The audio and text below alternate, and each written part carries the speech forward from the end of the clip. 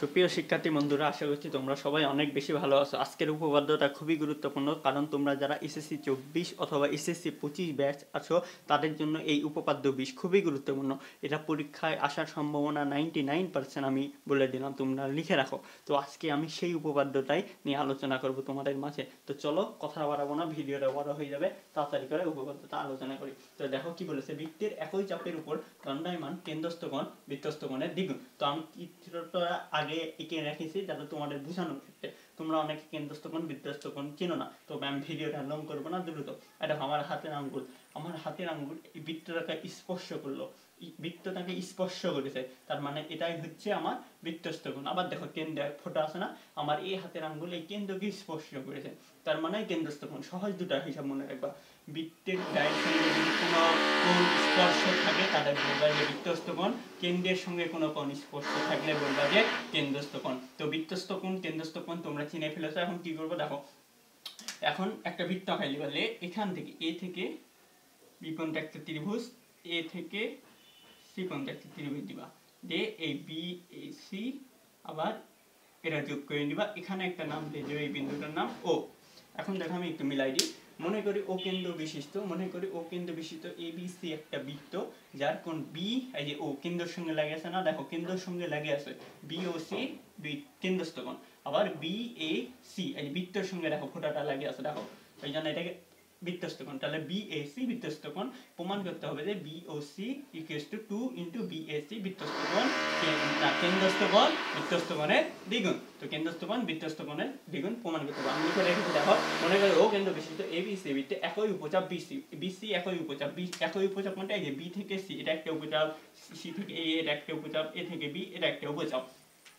তো A B C একই উপচাপ, তো কোণ বি এ সি বৃত্তস্থ কোণ, আবার কোণ বি ও সি এটি কেন্দ্রস্থ কোণ। প্রমাণ করতে হবে যে বি ও সি কেন্দ্রস্থ কোণ equal to 2 into B A C বৃত্তস্থ কোণ, কেন্দ্রস্থ কোণ বৃত্তস্থ কোণের দ্বিগুণ। তো এখন দেখো অঙ্কন, ধরি এসি রেখাংশ কেন্দ্রগামী নয়, এসি রেখাংশ কি কেন্দ্রগামী? কেন্দ্রগামী কিন্তু না, কারণ এটা কেন্দ্র দিয়ে যাই, তাই এক্ষেত্রে এই বিন্দু দিয়ে এ ডি একটা রেখাংশ অঙ্কন করবো। তো এই বিন্দু দিয়ে সিম্পল ভাবে এই যে এ ডি একটা রেখাংশ অঙ্কন করবে। এখন আসো প্রমাণ কি করবা, এক নম্বর দিবা, প্রথমে ত্রিভুজ কাজ করবে, এই যেটা ত্রিভুজ এ ও বি, ত্রিভুজ এ ও বি এ, দেখো দেখি O A equals to O B, O A equals to O B, এটা কি লিখতে পারি আমরা, একই বৃত্তের ব্যাসার্ধ, একই বৃত্তের ব্যাসার্ধ মানে আর, আমি সংক্ষেপে লিখলাম। তো এখন দেখো ও এ, ও এটা কোন ত্রিভুজ, ও এ, এ ও বি, ও এ ও এ ও এ কোন ত্রিভুজ, এ B O, A B O এই কোনটা, A B O, A B O equals to লিখতে পারো তোমরা B A O, B A ও। এটা এখন আমি লিখলাম কি করে তোমাদের একটু বুঝাই দিই, এ B O, A B O, এই দেখো এ B O, A B O, A B O, এই যে এখান দিয়ে আসছে এ বি ও, তোমাদের একটা হাইলাইট করে বুঝাই তাহলে বুঝতে পারবা। আর দেখো দেখো আমার মার্কার দেখো এ বি, এ বি এই যে ও, তার মানে বিটা কিন্তু কেন্দ্রের সঙ্গে লেগে আছে, ওই জন্য এটা একটা বৃত্তস্থ কোণ এ বি ও। আবার দেখো বি, এটা দেখো বি এ, এটা আবার কেন্দ্রের সঙ্গে লেগে আছে B A O, B A ও, তার মানে এটা হচ্ছে বৃত্তস্থ কোণ। তার মানে এখানে একটা কেন্দ্র স্পর্শ করেছে, আর এখানে একটা কেন্দ্র স্পর্শ করেছে, এখানে একটা কেন্দ্র স্পর্শ করেছে। তো আমরা এইভাবে লিখবো যে B A B O equals to, আবার লিখতে পারি বি এ ও, মানে এটা একটা বৃত্তস্থ কোণ, এটা বুঝাচ্ছে। আবার একই ভাবে লিখবা ত্রিভুজ এ ও বি এ, ত্রিভুজ এ ও বি এ, ত্রিভুজ এ বি ও এ লিখবা যে বি ও ডি কোণ, মার্কারের কালি শেষ কেন, আচ্ছা এটাতে বুঝাই দেখো, ত্রিভুজ এ ও বি এ কোণ দিবা তোমরা বি ও ডি, এখানে লিখবা বহিস্থ, বহিস্থ কোণ B O D equals to দিবা B A O plus A B O.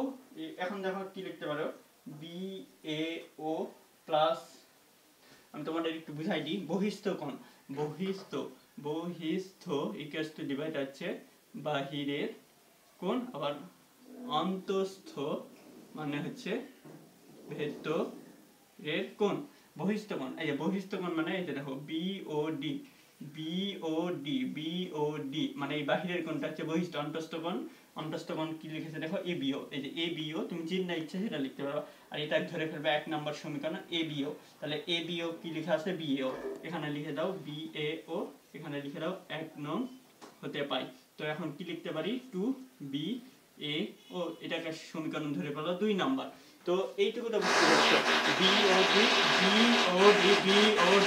Equals two 2BAO। তো এটা হচ্ছে বহিস্থ কোণ অন্তস্থ বিপরীত কোণ দ্বয়ের সমষ্টির সমান। বহিস্থ মানে বাহিরের কোণ, অন্তস্থ মানে ভেতরের কোণ। এখন কাজ একই, অনুরূপভাবে পাই, এখানে অনুরূপভাবে পাই লিখবা, অনুরূপভাবে পাই কোণ সিওডি সমান সমান কি লিখতে পারি, এখানে দেখো 2 লিখবা, এই যে 2 লেখা আছে 2 বিএও লিখে, তার মানে বিএও তার মানে সিএও লিখে দাও সিএও, এটাকে ধরে ফেলো 3 নাম্বার সমীকরণ। এবারে 2 প্লাস 3 করে ফেলো, 2 প্লাস 3 করে ফেললে হবে BOD plus COD equals to 2 common নিয়ে নাও, তাহলে বিএও প্লাস সিএও, তাহলে বিওডি, এই যে বিওডি, এই দেখো এখানটা বিওডি আবার সিওডি, তার মানে এটা গোটাকে লেখা যায় বিওসি ইকুয়ালস টু 2 আছে 2 লিখে দাও বিএও, এই যে বিএও আবার সিএও, তার মানে পুরাটাকে লেখা যায় বিএসি, 2 ইনটু বিএসি প্রমাণিত। আর দেখো প্রমাণ কি বলেছে আমাদের, বিওসি ইনটু 2BSC, অর্থাৎ কেন্দ্রস্থ কোণ বৃত্তস্থ কোণের দ্বিগুণ। তো এটাই আমাদের কাঙ্ক্ষিত প্রমাণ। তো ভিডিওটা এই পর্যন্তই, ভালো লাগলে অবশ্যই আমাদের চ্যানেলটা সাবস্ক্রাইব করো, প্লাস এই ভিডিওটা একটা লাইক দিয়ে দাও। তো এর পরবর্তী ভিডিওতে দেখা হবে, আল্লাহ হাফেজ।